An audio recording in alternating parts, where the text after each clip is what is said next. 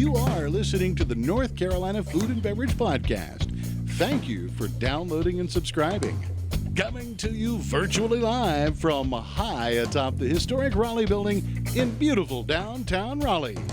The NCF&B takes the listener behind the scenes to tell the stories of the people that contribute to the creation of the food and beverage community of North Carolina. And now, ordering a ribeye at the local vegan joint. It's Max Trujillo And Matthew Weiss. Hello, and thank you for listening to the North Carolina Food and Beverage Podcast. I am your co-host, Max Trujillo. And I am your co-host, Matthew Weiss. And today we are finding solutions. That's right, your specialty food solution with the owner of it, Mr. Haig Berberian. Yeah. There you go. You're so civilized for such a barbaric last name. Well, in high school, I was Haig the Barbarian when I wrestled. Of course. Yeah, you better have been. I was. That's yeah. like I was also the low-hanging Grand fruit. Hagu. I think I have about 100 or more nicknames you can only imagine. I love And I'm not going to give them out either because... Yeah, what is the origin of hey, of your language? What is that from? So Berberian is an Armenian name. Okay. Oh. Yeah. And so is Haig, actually, but it's pronounced a little different. I was named after my grandfather. Oh, very cool. Yeah. So Armenian, Yes. because I would have gone to like some sort of either like a Viking, early, right? Yeah, Viking or Bavarian, Yeah. but Yeah. Armenian. But then again, it all crossed over there with like Mongols and going into that way back when. So who knows? Yeah, I mean, back then it was all one big area, the Caucasus, I think it was called. Caucasus, yeah. The Yeah. Caucasus. And, whether it was, Greeks, Turks, Armenians. I mean, even there was an influx of Jews. It was Yeah. the whole Persians. Persians. Yeah. It was all there. Yeah. It's all Greek to me, but anyhow. So No. there you go. Just kidding. You've traveled far and wide. Far and wide. Yeah, all the way from Lucama, right? But that's just Well, from today. Today, yeah. But you do rest your head in South Carolina. It's okay, everybody. No big deal. I do. Well, I mean, Charleston's a pretty cool city, but so is Raleigh. Yeah, I've heard that they have some restaurants out there that some people Just like. a couple, one or two. So, I mean, for one, we're going to spend a little bit of time in South Carolina coming up at Euphoria, which will be fun. But you sent us a sampling of some of the selections, but you gave us some sausages. And holy cow, Matt, did you? Oh yeah, I had the chicken chorizo one. It was exceptional. Thank you. I'm glad that you found that. Yeah. We do pride ourselves in the whole, the old saying, you don't want to know how the sausage is made. We've reversed that. We Yeah. want you to know how our sausage is made. We want you to know what's in our sausage. Right. Because it's all premium quality, clean label. Plus it's we regionally source the raw material that we use, and we make it locally right here in the great state of North Carolina. So we do have roots here for sure. I live in Charleston, but make it but here. we love North Carolina and South Carolina. So just give me an insight into that, because I'm completely naive when it comes to making the sausage. I know you have meat and a casing, and that's about it. So, And look, we're not the only company that makes good product, right? Sure. We don't knock our competitors. There's a lot of formidable competition out there, and we're just a company that puts out good product. you're a very noble barbarian. Well, that's, It's not all lips and assholes, not Matt. not all Vikings are jerks. Yeah. Oh no. but I mean, it's very simple, right? We use premium pork raw material if we're making a pork sausage, and we're not using run of the mill trimmings. We know we're using, let's say, boneless butts, and so it's a premium product. Now we might have to increase the fat level a little bit, but we'll do that from our own in-house trimmings from other products that we're custom cutting. And how would another bigger, like more commercialized brand increase the fat content and something like that? You don't have to name names, but what would be like a typical practice of that? Well, they just might use like a 50-50 pork trim.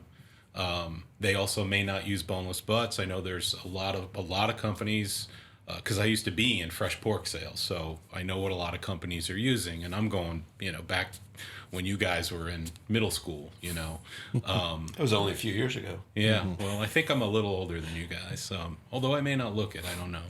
So they're using, a lot of guys are using, the bigger guys are using boneless picnics, which can be great. We don't, just because we want it to be free of any kind of cartilage or sinew or anything like that. We want you to bite into our product and, know every single bite is good and that you're going to get a nice, we do buy a premium pork casing. And so I can't give away all our secrets, but... Oh, you're not going to give us away the secret of the casing? No. Yeah, good name I will for say, like though, a mystery novel. The secret of the casing. The secret of the casing. Speaking of the casing, Yeah. that's a big deal.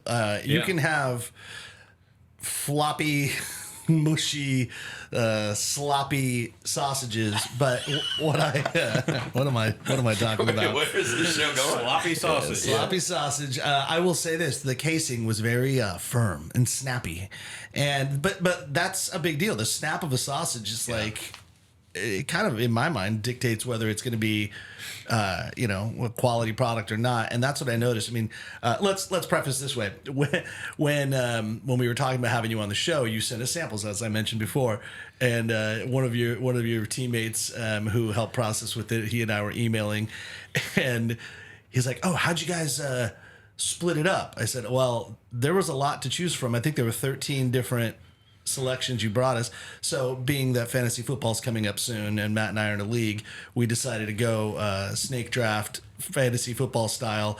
I think I got first pick, but that meant Matt got 2 right back in a row, and then it comes back to me, and we went through, and Wes, your partner, he's like, well, now I got to know what was first round draft pick. And I think I picked the kielbasa. I want to say it was like a spicy kielbasa was the first off the Our board. number one seller is the kielbasa. Oh, see, so We should have documented it. Like, we should have done a little clip for that. yeah, but I think you grabbed chicken apple sausage second. I'm pretty certain that that's where you were at. I think I went for the 2. I got the chicken apple and the chicken chorizo. Yeah. Chicken chorizo was definitely my first. Yeah, and I've been cooking like crazy with all of this product since then. Like I've made kind of like a Cajun, like andouille sausage type of, gumbo, if you will. Nice. We did mashed potatoes with dill and feta, and I sliced those in there, and like I'm trying to remember. Oh, and then I took out, I shredded them down, took the casing off, and just made a hash for everybody, and with some of the other stuff. But I mean, we're talking kielbasas, we're talking bratwursts. You had the breakfast sausage, which was great, the little discs, and we had those. Made some sandwiches for the girls, threw it on a croissant, like everything. So we've been eating high protein for the last couple weeks. Well. Yeah, and I've marveled at all of it, because some of it we didn't even finish all in the one day. And so, it's like leftovers, and it comes over, and the next day, I want to say it was even better. I'm like, well, this is awesome. So let's dive into a little bit. You are a processor, but you also source. You have, you kind of are a one-stop shop, and you don't just do it for yourself. You do it for others as well. Correct. So the way Specialty Food Solutions, we've been in business since 2008, and during that time, I was partners in a slaughterhouse. We specialize in roaster pigs, for a pig roast, and then we also did some other things with further processing in another facility. And then 3 years ago, we started United Custom Foods, and that's what's in Lucama. And United Custom Foods was really set up to be a co-packer. So people do send their raw material in to United to have it processed to their specs. And then I would say we flatline our management team, so we really do all work together. On paper, they're separate companies, but really we operate it as one, simply because Specialty Food Solutions sources raw material. United doesn't buy any meat; it processes it for you. Mm-hmm. So it's a unique operation as far as that goes. And so what we do at Specialty Food Solutions is we'll also put together. Not only do we sell our own brands, which you guys got, the Cooper River Farm. We also do some other single farm source stuff under Seven Springs. We do We have another line called Epico, which is a frozen food. We do frozen cut oxtails, short ribs, pork chops. Our roaster pigs are under that brand. So anything frozen, specialized, or maybe even lends itself towards some sort of ethnicity, that's all under Epico Foods. So not everything is Cooper River Farm, but what you got was all Cooper River Farm is like would be brand. like an estate. It's just a brand. Okay, It is a brand like Hillshire Farm. It's a brand, although we are not farmers, and I have nothing but respect for farmers. Farmers are killer. I mean, the way they, and honestly, everything I've ever seen from a farmer is they treat their animals very well, and I love that. We buy raw material and then we further process it. And your customers are predominantly restaurants or other food, like a grocery store or specialty food store. Yes, and our now, of course, the vehicle that we use to get it there are broadline distributors, and we all know who they are, and so we certainly consider them customers as well. But Sure. but the operator that's using our product is certainly our customer, and so is the consumer at the table, eating it. I mean, we're not dealing with them directly, but we did. I think you guys got some of the retail pack, didn't you? Did it have labels on the front and back? And Yeah. Well, yeah, there were some labels I'm on not there. really sure what Wes sent you. Yeah, there were Wes labels and Brenda. on what it was. I didn't see there weren't like logos, but there was like labels that said what the meat was. Just a black and white label? Yes. Yeah. Okay, so you did not get the retail pack product. Yeah. Okay. We got the insider. You got the insider, Mamma Jamma. Yeah. Yeah. One of the other cool things that we do that you guys don't know about is we leverage our agility that we're small, but we're not too small, right? So we can handle business. Now, if some major supermarket chain comes and says, hey, I need, 100,000 pounds a week or something, yeah, we can't do that. But we are big enough to handle a wide array of business, and so, but we leverage with our programs. We'll do proprietary product is what I'm getting at. So we'll do, we'll use your brewery's beer and make a beer brat for them. Yeah. As a for instance, they'll send us their beer and it'll be exclusive to them, and it won't be anybody else's beer, and it'll be in our brat. Or we can develop a recipe for someone if they want it. And it's usually sausage, quite honestly, but we've done other things. I mean, we had a restaurant group come to us and wanted a special belly type product with the bone in and so on and so forth, and we have to custom fabricate it, and we'll do things like that. We have restaurant groups that do have their own proprietary in-house sausage that they used to make, and they have to make sure they have all the spices on hand, the raw material, the casings, to your point. I mean, and you can't always get the same thing all the time, and the same person isn't making it all the time. So you take that to us, and we'll give you a very consistent product, your recipe, exclusive to you. We don't sell it to anybody else. Of course, we don't share the recipe with anyone either. And it's something that a lot of people have shown some nice interest in, because we all know the back of the house help in restaurants is tough. Yeah. You do have quite a history though, right, in this food management, food distribution, food production, like all the way back to Jersey in the 50s. Well, I was born in the 60s, so... Well, your parents, I believe, started in the 50s. They did, yeah. So that's true. Born in the 50s. Nice little police track. Right Wasn't there. born too long after that, though. I mean, it was not a commentary in any way on your age or appearance. It's okay. Matt's like, so you're an old guy, right? All right, boomer, let's go. I thought we're the same age. So. Right, no, you're not an old guy. For those not watching us, Haig's brand new. He looks great. Yeah. He's a young guy. Yeah, we're probably all within 3 or 4 years of each other. Yeah, I'd sure. say somewhere in there. Yeah. But yeah, so your parents had a somewhat similar business. So yes, they so my dad had a little blue truck with, like you can see some today where it's a reefer unit on a pickup truck. Okay. And he and my mother were selling shrimp baskets and chicken breasts and things like that off the truck. Huh. And they were doing that, and then they got into they got a retail meat store and wholesale, and they were at one time in New Jersey in the tri-state area.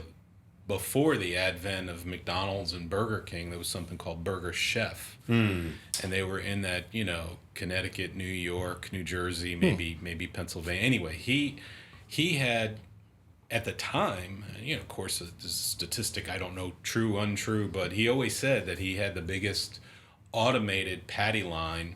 This was in the 60s. Okay. This was, and he was supplying all. So he of was those. supplying all the burger chefs. He was supplying all the burger chefs. It's back in the cockles of my memory, but I do remember, before Burger King and McDonald's were like super big, that there was. Yes. Yeah, it's in the 60s. Do you put cockles into your sausage? Isn't it? What is that? A Game of Thrones thing? Cockles. I don't know what a cockle is. Cockle is like a. Isn't it that like an a expression seafood? back in the cockles of my mind? I thought cockles was almost like an oyster or something. I don't know, but now I'm going to have to put the we need the producer. I'm going to have to put the explicit lyric part on this episode because you keep saying cockles. Don't ask me anything about seafood. I don't know. Oh, you stay away from seafood. Well, no, I eat it. No, but I mean, like for your professional. My professional self does You not guys mess do not. with seafood. What if I wanted a seafood sausage, man? A proprietary. I'll help you seafood? find one. But you won't process it. Which, no, but that's something else that we do, right? We help people find things. We're kind of like the go-to, hey, just like you said. I mean, I've been doing this for over 40 years, so I started. I worked for my parents. I mean, when I was a little kid, I worked in the meat store, and I mean, I was doing stuff at ages that I probably shouldn't have done. Right? Yeah. I remember cutting my side of my hand off on a slicer on July 4th, 1976. I had to go to the hospital. The bicentennial. What a way to spend it. Yeah. I was 13 years old, and I remember that the hospital staff was drilling the guy that brought me there because I had no business using the equipment. And but I mean, again, I grew up in it. Never mind, you're a lot older than us. I wasn't even born then by that point. By the way, Just to get back to I told you. I tried you to do say look very young. By the way, did you know? I think you know that. I think maybe we even talked about that. At 14, you can now work at Chick-fil-A. Yeah, I think, well, I mean, so I hired a lot of 14-year-olds at Crafton. You just have to get a work permit. 14 is when you're old enough to work. And then you have ridiculous, I mean, come on, I'm trying to do like child labor over here, folks, and they were not letting me do it. The restrictions were so specific. How dare they? Well, what's funny is because we had a full liquor license, the employees, this was the rule. If you have alcohol in your restaurant, the 14-year-old cannot work inside the restaurant. If you have a patio, they can work on the patio. And then the only excuse for them to be inside is to, like, they can bring dirty dishes into the dishwasher and then they have to go directly back out, or they can use the bathroom. And I remember saying this to like the labor board when I was trying to, because I was trying to work it out. One of my daughter's friends wanted to get a job there, and I'm like, sure. And they were like, I really want to work there. I'm like, yeah, that's great. What do we have to do? And so I spent like 2 hours on the phone with the labor board just to make sure that I was minding my P's and Q's. And she's like, so you have to do this? I go, okay, come on. Can we be real? Like, this is ridiculous. Like, who's sitting there enforcing that they can't come in? First of all, beyond, let's even go, like, who came up with this? That, like, what is it? The alcohol vapors, fumes that are getting into the 14-year-olds? It's like we've already established that they're not allowed to go behind the bar and they're not allowed to hold alcohol. So that should be enough. say less words. It means the same thing. Like on the airplane, it's an old Adam Carolla thing, but it's like when the flight attendants say, "Do not tamper, destroy." Or Tamper covers all. Tampers all. You don't need to say it all. It's like, just don't touch it, jackass. I mean, what else do you need to say? Thank you. Yeah, and it's like, all right, so can the kid work here or not? The answer could be no, and that's fine. But when the answer is yes, but all of these stupid things, like, so I had someone that was effectively like a busboy, and we did have a huge patio, so I did make their schedule on the patio, and that was that. So I followed the rules, only because we had the opportunity to follow those rules. But there's so many other places that like you couldn't do that, and I'm like, all right, this is so dumb. But can you imagine yourself being the inspector that actually has to enforce that? Like they would show up at your restaurant and be like, I saw so-and-so walking in your restaurant and loitering in the restaurant while they were a worker. Like, and they were talking to a customer. It changes when they turn 15, because then when you're 15, then you can work inside. And then the best part is, because I was the owner, there's an old school law which actually worked to our benefit, and this is based on the fact of like when people would employ their children, or it's like child labor laws don't matter if you own the business. Right. You can basically work your daughters children. like rented mules, or not even rented mules. That's free what mules. I was. I was a rented mule. There you go. There you go. Were you even rented? Did they pay you? No, actually, yes. So, Okay. so when I was 9, my dad he'd hand me a $5 bill. I had to go in with him at 7. He let me go at noon. My mom worked with him. She'd take me to the bowling alley every Saturday, and then I'd meet my buddies there. And of course, with $5 back then, I could play pinball, I could bowl, I could hang out, and I could come home with $2 in my pocket. So yeah, he did pay me. You are old, man. I told you. $3. While we're sharing the kid work stories, I do and I've mentioned this. Like I have grown up in the restaurant industry my entire life, and when I was like 5, I've said this on the podcast, but it's been like 6 years. Paid in Toblerone. Toblerones, yeah, nice memory. My godfather Marco had Deli de Marco, and he's a fascinating guy, and that's for another story. But my brother was like the deli manager, and at the time we're 13 years apart, so he was like 18 and I'm 5. So my brother's working there, but I would come in just because I was always hanging around my brother. And Marco, my godfather, would say, "You dust all the shelves, and if you dust the shelves, I'll give you a Toblerone." I'm like, ooh, that sounds amazing. Toblerone to a 5-year-old's like, that's like all summer long. That thing's massive. Yeah. And it's where I learned one of my tenets of work, and I learned from this first situation. I had dusted with a feather duster all of what I thought were all the shelves, and then when I was done, it was at the end of the day, and they were closing shop, and I was like, "Marco, I'm done. May I have my Toblerone?" And he's like, this looks good. Then goes over to the other shelves on the other side that I did not notice. I'm 5, everyone. And he like does the finger thing and gets dust on his finger, and he's like, "You missed all this." And I go, "Oh." He's like, "All of this?" And I go, "Oh, okay. I'm sorry. I'll do it right now." He goes, "No, the workday's over." And I'm like, "What?" And he's like, "You did half the work." And he grabbed the Toblerone and snapped it in half. He's like, "Half pay for half work." Sounds like a fair guy, though. I mean, you did half the work. He didn't even have to give you any of it. He could have just, just abstained and gave. I think I cried in front of him, and I was 5. Come on. Imagine if he gave you nothing. Then what would you do? Yeah. I would have kicked him in the nuts. but I did learn, and then it's like that's kind of stuff I've mentioned to my own kids. Anyhow, that's that. But it's a good way of saying like I've been in this business since you were probably 43 or so. I'm sorry. This is just a dumb running joke now. All right, I gotta know. Okay, so how old are you? I'm 46, and I'm older than Matt by 3 months. Yeah. Okay, so you're both 46. He's going to be 47 next month. Yeah. A few weeks. It's coming. Libra, everybody. Yeah. It's coming. What date?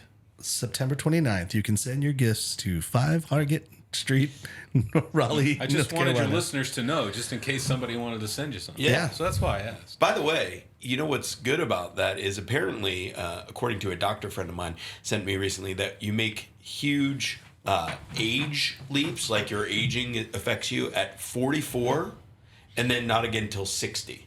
So We're That has past nothing one. to do with 47.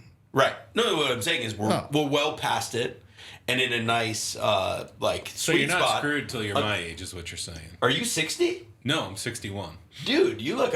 I mean, no joking. Amazing for 61. I hope I look like For that. 61. For God, 61. I hate that. I know. Yeah. You look amazing for But 51. thank you. Bless Let me your say. heart. Bless your heart. Yeah.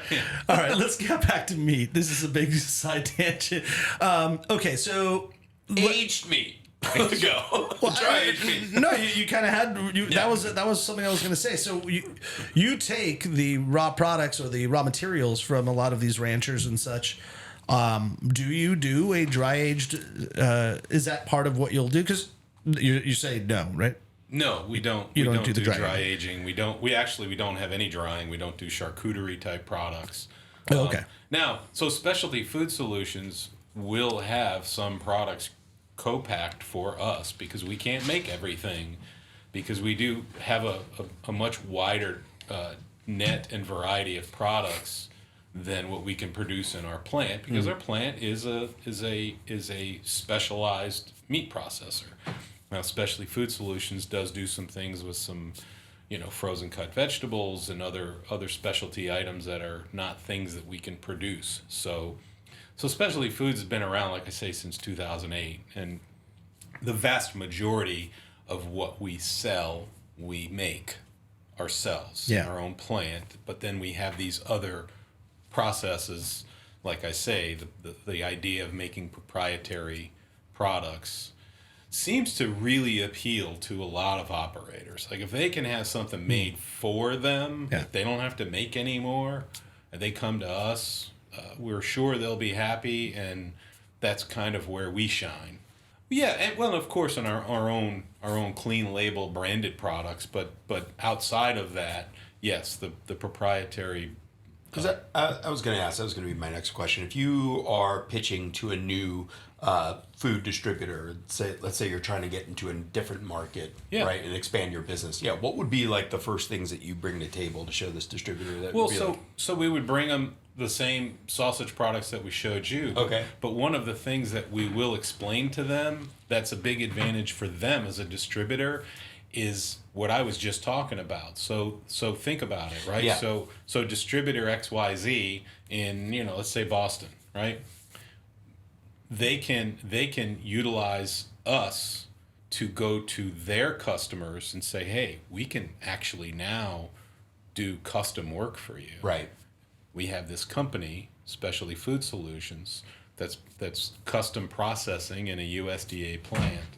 And so it endears them to their customers. Yeah. Because they're giving them something that they can't, because most plants today, and I understand why, it's just so expensive. I mean, Right. labor's expensive, everything's expensive. So when you have to do a line change and you have to, clean a grinder and clean a stuffer because you're going from chicken to beef, or you're going, and you have to do all of those prerequisites. I mean, you got to take care of what you're doing. So in your scenario, like great business would be, I'm making this up, let's say a big restaurant chain, and I'm just going to say Cheesecake Factory because it's the first thing that came to mind, and wanted like a proprietary Cheesecake Factory sausage. Yeah. Then that would be home run for you guys. Because you could produce enough of it, it would be constant business, and it's kind of fun, and you get to create.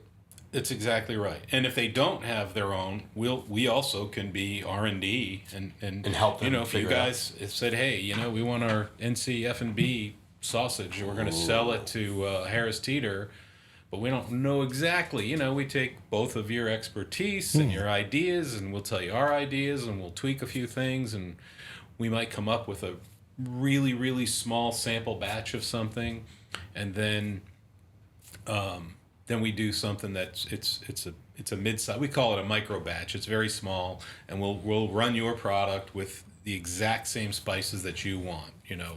It doesn't matter if you say we have to have a Mexican oregano, or we have to have this or that. That's what we'll use. Yeah. And we'll do your recipe, and then we'll present it to you. You have to pay for it. You have to give us a deposit, because there's a lot goes into this. Yeah. And we'll do it for you, and we'll provide you with that product, and it's usable, saleable. It's not throwaway, and it's all under inspection and labeled properly. And so if you say, yeah, this is great, let's roll, or you say, you know what, it's great, but now that you guys did it for us, we want more paprika, we want a little more crushed red, whatever. We'll tweak it again. We'll even do another micro batch for you if you want.